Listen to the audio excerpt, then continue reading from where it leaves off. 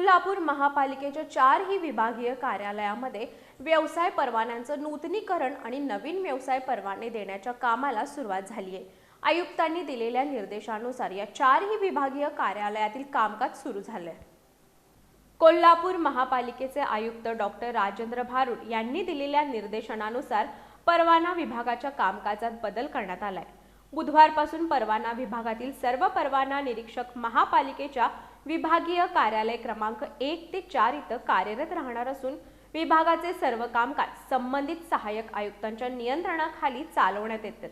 Chhatrapati Shivaji market, Gandhi मैदान, कावळा नाका आणि राजारामपुरी इथल्या विभागीय कार्यालयात हे कामकाज सुरू झाले।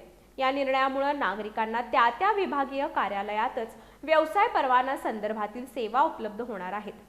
या ठिकाणी व्यवसाय परवाना नूतनीकरण, नवीन व्यवसाय परवाना मंजुरी, तक्रारींचं निराकरण तसंच अन्य परवाना विषयक कामकाज सुरू करण्यात आले।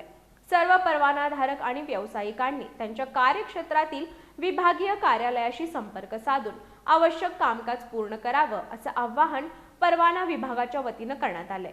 या विकेंद्रीकरणामुळे नागरिकांना परवाना सेवांसाठी मुख्य कार्यालयात येण्याची गरज कमी होऊन कामकाज अधिक जलद आणि सुलभ होण्याला मदत होणार आहे।